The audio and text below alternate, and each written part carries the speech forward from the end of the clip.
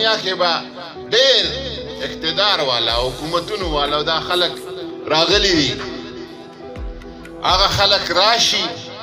هغه خپل 10 کاله یا 20 کاله یا 30 کاله هغې وي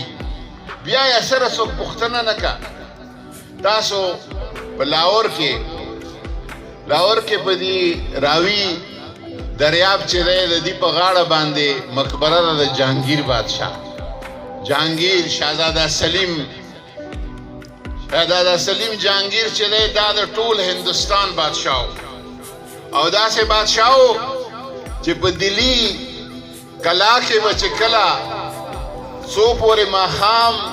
د جهانګیر بادشاه ته دسترخوان نو غوړېدلی نو هغې پورې به په دلی کې چا د ماښام ډوډۍ نه شوه خوړی اول به بادشاه ته دسترخوان لګي بیا به نقاره بجاو شوه د دلی په کلا کې بیا به خلکو په کورونو کې دسترخوانونو ته کېناست او ډوډۍ به یې خوړه هغه جهانګیر چې د هغه سطوت او غلبه د کندهار او د غزني او د هرات نه راوخله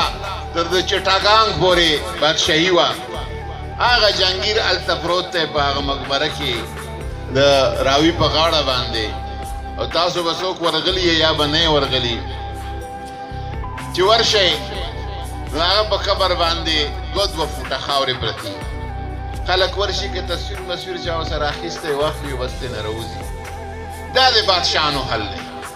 او بیا هلته په هغه ښار کې په لاهور کې یو درویش یو فقیر یو مسافر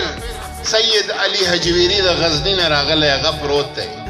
هغه دربار ته وګورئ چې شپې ورشي او ورځې ورشي او ګلونه دي او بیرخې ګلاب دی او خوشبویانې دي او تلاوتونه دي او جمعې دي او ذکرونه دي دا دنیایي خبرې په دنیا سره تېرې شي خو چې دا کوم تعلق دی د الله او د الله د حبیب سره دا د ورځې د قیامت پورې پاتې کېدونکی دی